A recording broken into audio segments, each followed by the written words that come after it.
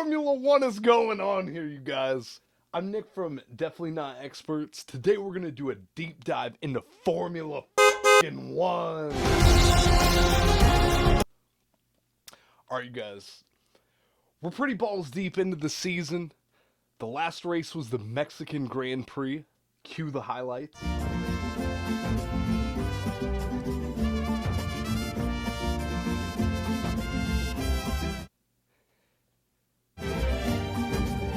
Not done yet.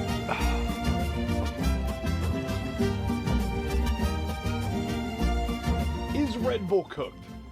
Are they learning what it's like to finally put a human robot into the new RB19?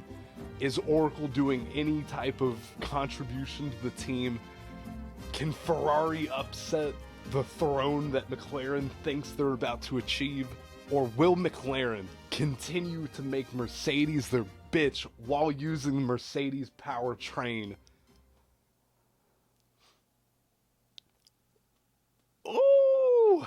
This is the Formula One schedule for 2024. We started off in Bahrain, then Saudi, Australia, Japan, China, Miami, Italy, Monaco, Canada, Spain, Austria, Britain, Hungary, Belgium, Netherlands, Italy, Azerbaijan, Singapore, United States. That was Coda. Shout out Austin.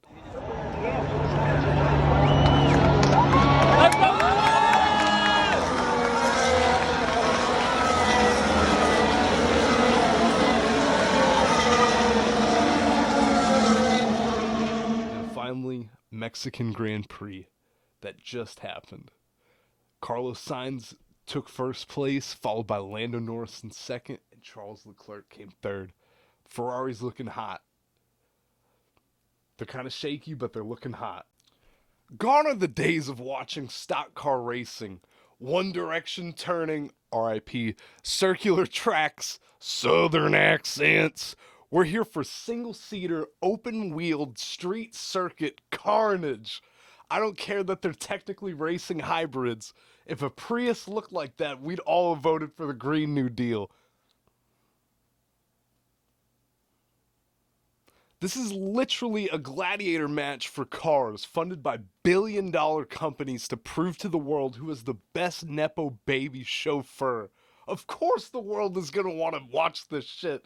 Imagine if we had a reality show where we gave a bunch of pizza places McLarens to go deliver pizzas in.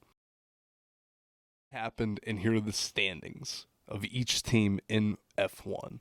We have McLaren, Mercedes, 566 points in the constructor standings. Ferrari's second with 537 points, with Red Bull third. McLaren, Ferrari, and Red Bull all separated by 20 points. With 4 more races this season, it's getting too close to call with these teams. McLaren is obviously dominating, but just like Red Bull, qualifying is catching some of the best drivers with their pants down. With a shitty starting position, it's very difficult to rack up points for the Constructor Series. At this point, I'm curious how Mercedes is justifying their own team's performance while actively supplying half of F1 with resources. How bad does it hurt to be in fourth while contributing to the success of the team in first? Does it make sense to be collaborating with the losing teams for the brand recognition when this time and energy can be spent on your own team? The same thing can be said about Red Bull.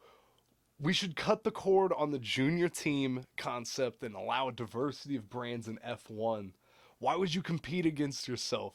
Mercedes, half of the drivers can at any point take out your golden boy. And who gets blamed? Andretti, Porsche, Audi, Ford. These are all brands that have tried to come into F1, and they have not been allowed due to the Mercedes hegemony. Things might be changing in 2026. The FIA has announced Audi and Ford are entering the manufacturing scene, with their partnerships replacing Honda at Kick Sauber and Red Bull engine supplier, and Ford handling the powertrain. 2025 might be a repeat of this year, but I think 2026 is going to be absolutely nuts.